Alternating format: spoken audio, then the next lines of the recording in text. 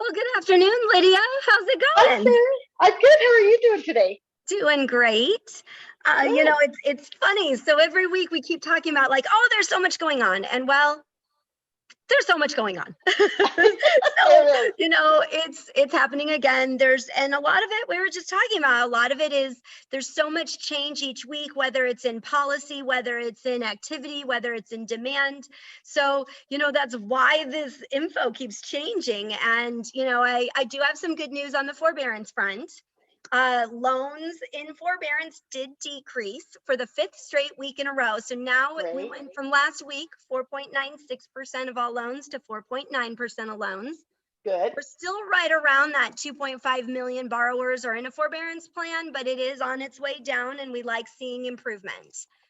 When we look at forbearance by stage, the initial stage, we're always looking, that's going to be the group. It actually did decrease from last week to now it's 13.7% from 13.8, the extensions actually did increase, and this is the biggest group, and these are people who already completed either a 3 or 6 month plan and then opted to extend it for another either 3 or 6 months.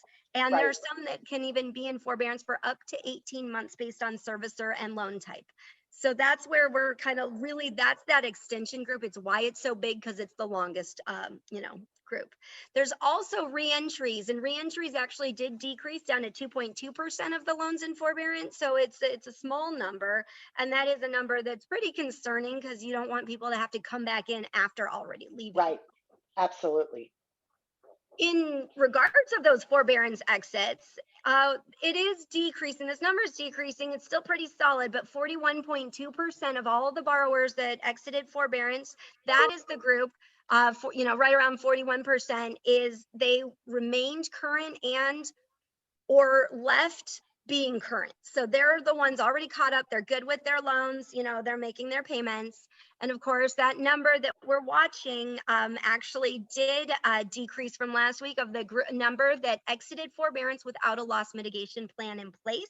That's 13.9% of the borrowers who exited. And so that's the group. They need to know that they have options. And Right. that's just they need to know that they can do things because they're going to have to at some point. Right. And then even looking if, of for just March, the month of March, of those forbearance plan exits, 21% received a loan modification due to income declines. So we know that there's, that's a big group of people right there of that 21%. What also is interesting, actually, I want to mention, going back up to the stages, also 21% of borrowers who are on the extension have been in a forbearance plan for over 12 months. So that's, we've got some big numbers there that Yep. we need to be super mindful of. Yep. But then on the flip side, we got to say this, I read an article yesterday by Logan Mohtashami, with the lead housing economist for Housing Wire, and he actually believes that increased employment numbers, because last month those numbers were very positive and we're moving in the right direction, and he said that maybe our employment numbers could potentially end forbearance early because so many people are back and employed again. Right.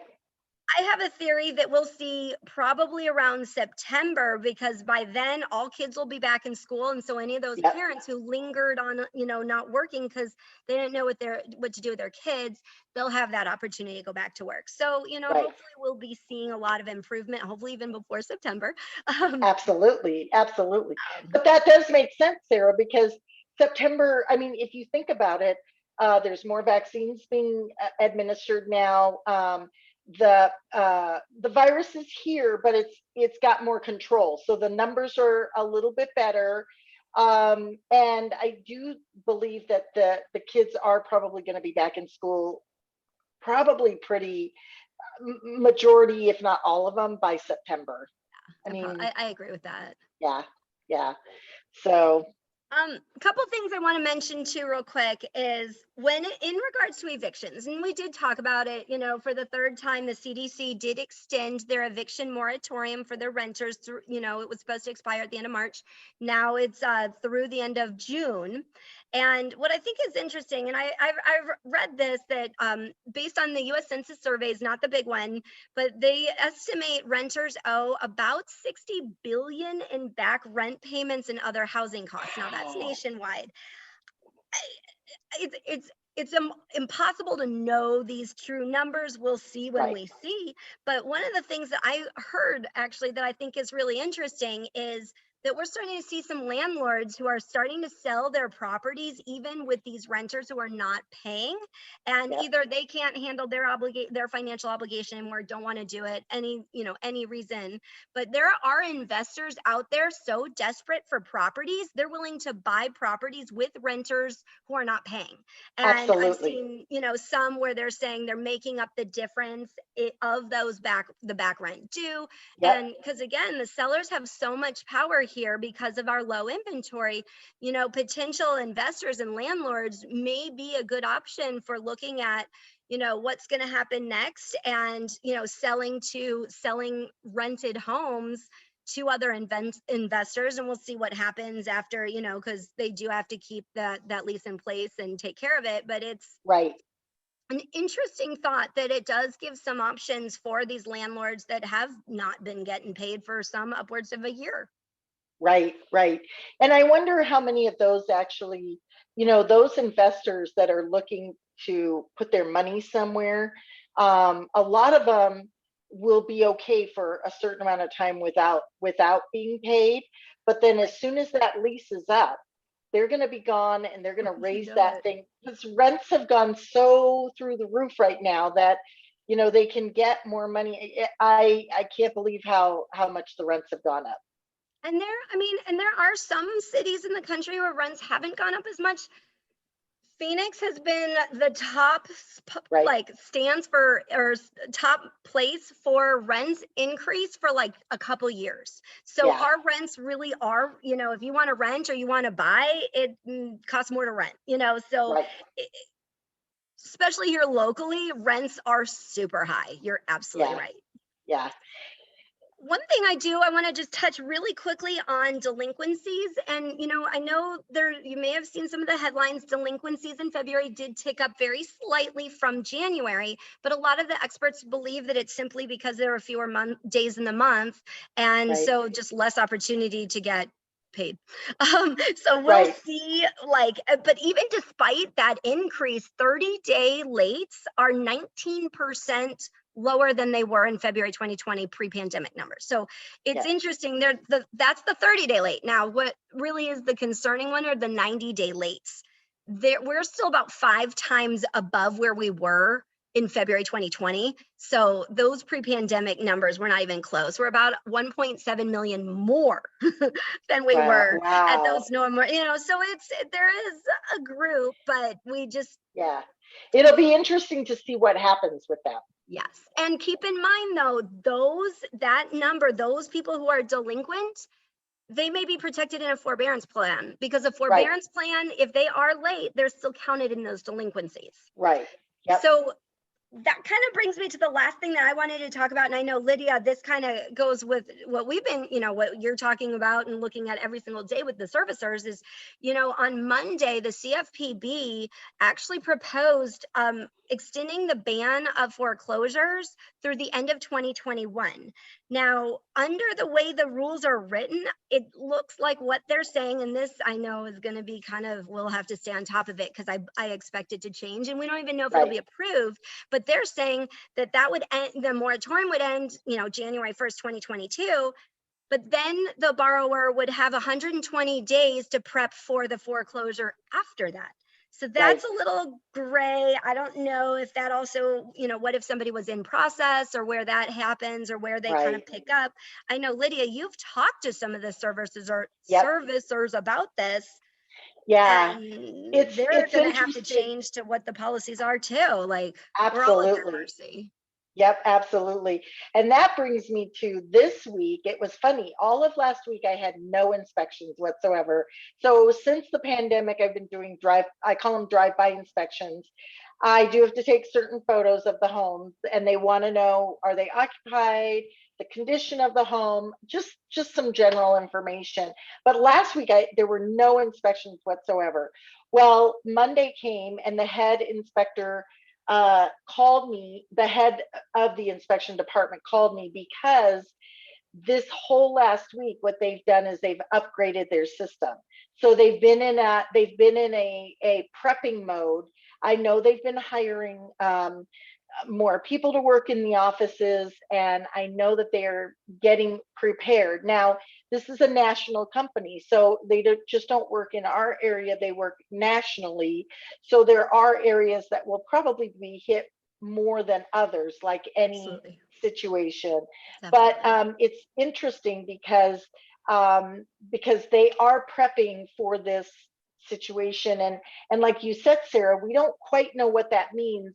And even if they extend it, there's going to be certain, because as this as this started out, it started out kind of as a whole general. If you were furloughed, the option for you to go into a forbearance was just one, everybody had the same Right. opportunity. As this has gotten longer and longer, and now we are a year out from the pandemic, the rules have changed. And so some of it depends on what kind of a loan you had, and some of it depends on when you took the forbearance. And so there's just going to be a lot of different, so you and I will keep on top of it, and we will try to decipher it the best we can for all of our watchers, just because that it is going to get more convoluted, and I think there's going to be more working parts with it. So, and it is, if you are in a forbearance, we want to make sure that you understand what you're in and what your particular situation is, because it's hard to make decisions when you don't know what you've got and where you're going. So, that's going to be really important. So I know you'll keep up with that as well. The other thing that we wanted to talk about real quick too is the appreciation. So nationally, the numbers for national is almost 16% appreciation, and locally here we're at 19%. So we're in a good situation right now. People that, I mean, it's businesses are booming, and I know you and I are in the real estate Yes. business, and yes, we have been booming, but other businesses are booming just as much. You and I talked about this because I have friends in other businesses, and it's crazy how much people are ordering, and how many supplies are. I mean, it's crazy how busy people have been. And I see this, it seems to be kind of a trend in all the different industries that we've talked about too. So Right, right. So it's like we have this, number of the people who are in forbearance and delinquent, and, it is a very real number. And then we're over here saying, look at this giant appreciation. And so it's just giving people that extra cushion that's right, actually quite significant. Because if you think about it, even with fees and things like that, is it going to cover all that extra appreciation that was made? And a lot of right, people have, are in good situations, or were at least ahead of, but as we went right, into the pandemic. So hoping the people that are struggling, they have this option to give themselves that absolutely, cushion as they yeah. move on. Yeah, and you and I talked about too, if you were in a a foreclosure situation prior to the pandemic, and then you were stopped because of the moratorium, you probably have a cushion there that you could actually sell your home on the open market and get out of your foreclosure, and possibly even have some money left over. I mean, Yeah, it likely. exactly. So if you were in that situation, or if you know someone that was in that situation a year ago that was losing their home to foreclosure, get them in contact with somebody that can reevaluate how much is their home worth, what would it take to sell their home and get out from under that foreclosure before the moratorium's lifted. That's what they need to Absolutely. do. I Yes. mean, if there's equity there, we want them to keep it. We don't want it to go, you know, somewhere I don't want to else. do what we So did yeah, last time. exactly. And fees will you know, the longer it goes, there's going to be more and more fees. So all that equity will be taken up. So if someone was in a foreclosure situation prior to the pandemic and they were stopped because of the moratorium, let's get with those people and let's get them out of their situation and get them the money that they potentially could have. Absolutely. Completely agree. Yeah. Awesome. Yeah. Well, thanks, Thank Lydia. you. Appreciate, Thank you. all your info and sharing kind of what you're seeing out there, and especially what the services are telling you, because that's a big deal and it's really important to have that information. Yeah, they're ramping up. So they know something that, or they're preparing for the worst, and we're hoping for the best. We're hoping for the best for sure. We're hoping for the best. Absolutely. Well, thank you, Lydia, so much Thanks, for your Sarah. time. And I look forward to talking to you next week. Okay, see you next week. Take care. Bye-bye.